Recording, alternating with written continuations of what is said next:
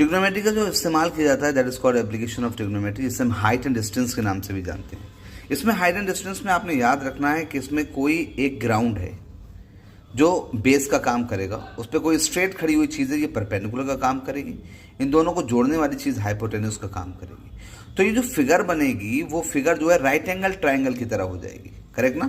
एक बिल्डिंग, ज़मीन पे एक बिल्डिंग खड़ी है, बिल्डिंग यहाँ से नीचे से देखा जाता है, उसके ऊपर को जब ऊपर को देखा जाता है तो यहाँ पे जो एंगल होता है वो एंगल ऑफ एलिवेशन होता है।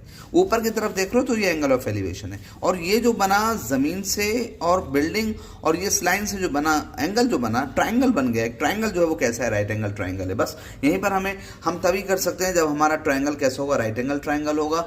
हम अगर परपेंडिकुलर और बेस की बात होगी तो हम जानते हैं फॉर्मूला PBP एंड HHB। अगर देखो, अगर आपको परपेंडिकुलर दे रखा है और हाइपोटेन्यूज पूछ रहा है तो आप यहाँ पे साइन लगाओगे। अगर बेस और हाइपोटेन्यूज की बात है कॉस लगाओगे, और परपेंडिकुलर बेस की बात है तो tan का फॉर्मूला लगाओगे, करेक्ट ना।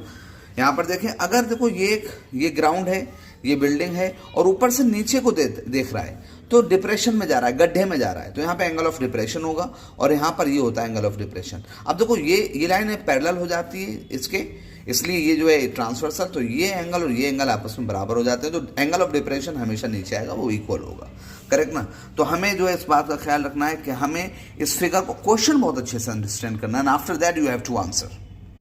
एग्जाम्पल दे रहा हूँ, एक क्वेश्चन है देखो कैसे कि the shadow of a tower standing on a level plane पर है, खड़ा है एक टावर, उसका जो शेडो है of a tower of a plane is found to be 50 metre. उसकी जो शेडो है वो कितनी 50 मीटर पाई जाती है, यानी कि उसकी परछाई 50 मीटर दूर बनती है।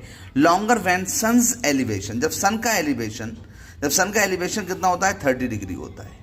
When sun's elevation 30 degree, then when it is 60, और जब इससे थोड़ा आगे बढ़ोगे तो यहाँ पे 60 डिग्री हो जाएगा। 60 डिग्री पर इसका जो होगा तो वो जो एंगल होगा वो कितना होगा, वो उसमें जो है वो हमें निकालनी है, डिस्टेंस निकालनी है इससे।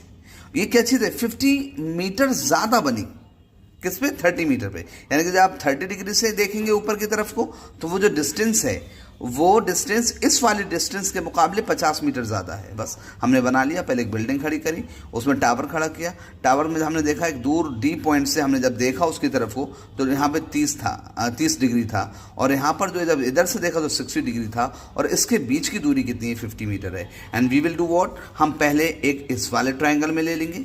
जब इस ट्राइंगल में लेंगे तो क्या होगा, थीटा हमारा ये है, परपेंडिकुलर और बेस में हम बात करेंगे, परपेंडिकुलर बेस का मतलब हम tan थीटा का रूल लगाएंगे।